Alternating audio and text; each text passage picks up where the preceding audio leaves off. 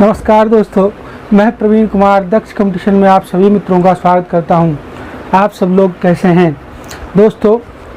आज हम लोग बात करने वाले हैं बिल्कुल बेसिक से और एकदम शुरुआत से संख्या पद्धति के बारे में।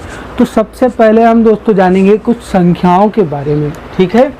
तो अब हम देखेंगे कि हमारे पास जो संख्या पद्धति में जो संख्या होती हैं उन संख्या के बारे में कि वो संख्या होती कैसी हैं या संख्या के प्रकार कैसे होते हैं।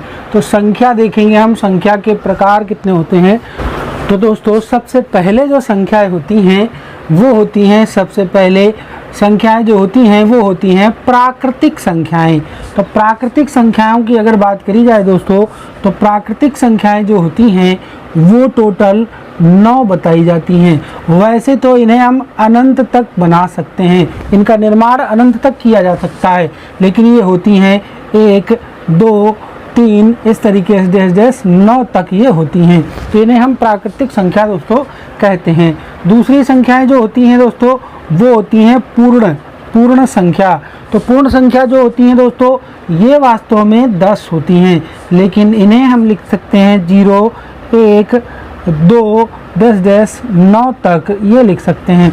तो यहाँ दोस्तों एक प्रश्न खड़ा होता है, कहता है कि सभी प्राकृतिक संख्या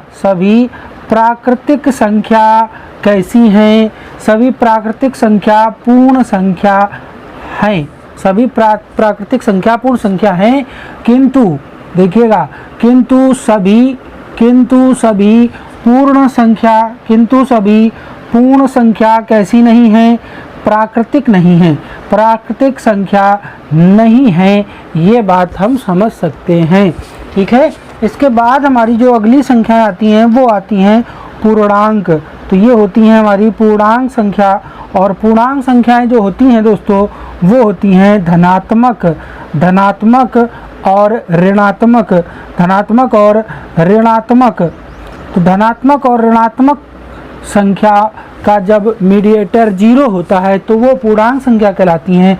जैसे 0 मध्य में लिखने पर, और 1, 2, 3, 4, 5 इधर लिखने पर, और फिर 5, 4, 3, 2, 1 इधर लिखने पर।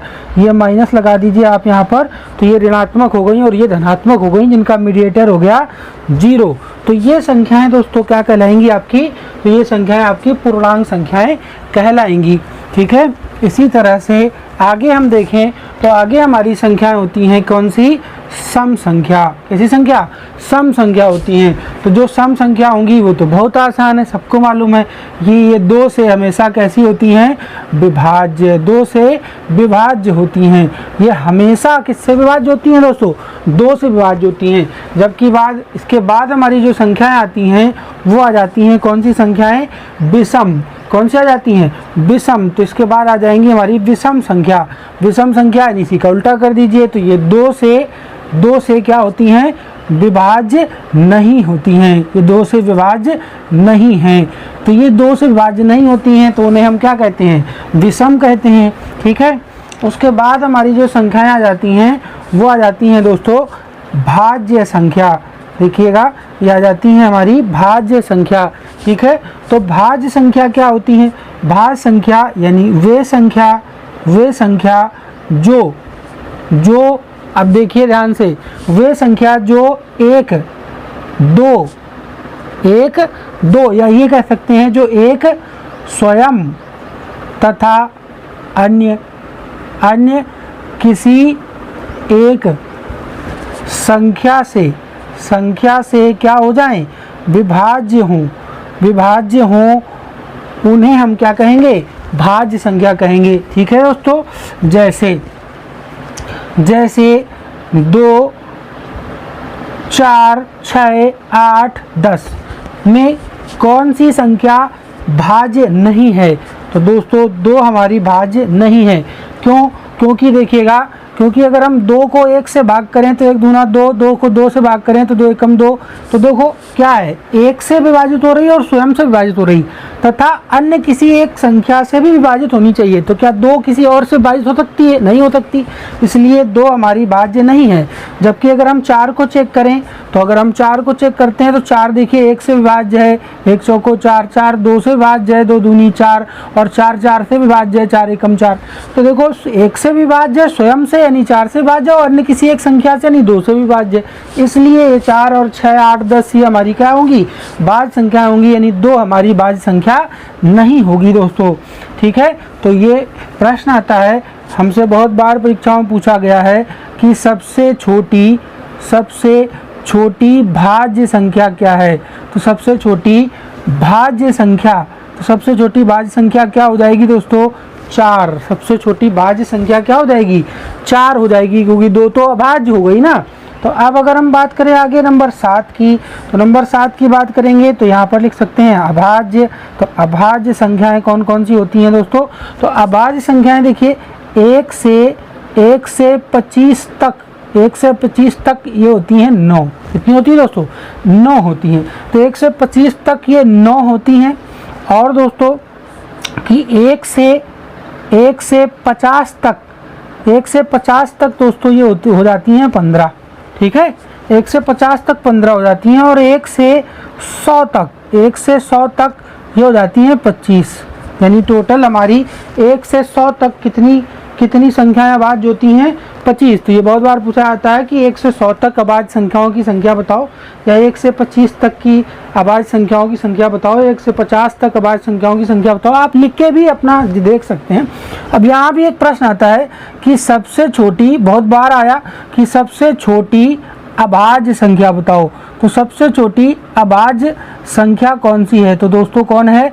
2 है। सबसे छोटी अभाज्य संख्या जो होती है हमारी वो 2 होती है। तो बिल्कुल आसानी से हम समझ सकते हैं कि सबसे छोटी अभाज्य संख्या क्या है। ठीक है, तो हम अब देखिए भाज्य और अभाज्य भी समझ गए हैं, है ना। अब हम आगे बात करेंगे सह अभाज्य की। सह अभाज्य संख्या, तो सह अभाज्य संख्या क्या होती है?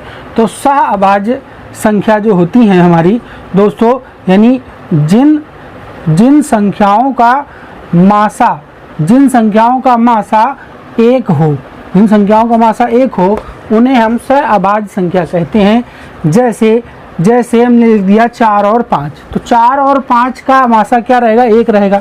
जैसे हमने यहाँ पे लिख दिया 6 और कुछ भी लिख सकते हैं, जैसे हमने लिख दिया है 6 और 7, इनका मासा क्या रहेगा? जैसे हमने लिख दिया 8 और 15, बताओ इनका मासा क्या रहेगा? 1 रहेगा। तो ये संख्याएं हमारी कैसी कहलाएंगी? सह अभाज्य संख्या कहलाएंगी। ठीक है, तो इस तरीके से हम सह अभाज्य संख्याओं को भी आसानी से समझ सकते हैं। अब हम बात कर लेते हैं आगे परिमेय संख्याओं की। तो परिमेय संख्या कौन कौन सी होती हैं? तो परिमेय संख्या दोस्तों, अब परिमेय संख्या कौन है? यानी जो संख्या किस रूप में प्रदर्शित हो? भिन्न के रूप में। जो संख्या भिन्न के रूप में प्रदर्शित हो, देखिएगा कि जो संख्या भिन्न के रूप में प्रदर्शित हो, उन्हें हम क्या कहेंगे? परिमेय। जैसे 4/5 या 2/3, ये सभी क्या हैं? परिमेय संख्याएं हैं। ठीक है दोस्तों, तो इसी तरह से हम आगे जान सकते हैं। और आगे हम इसी का उल्टा कर लेते हैं तो ये हो जाती हैं अपरिमेय। तो जाती हैं अपरिमेय संख्या। तो अपरिमेय संख्या यानी वे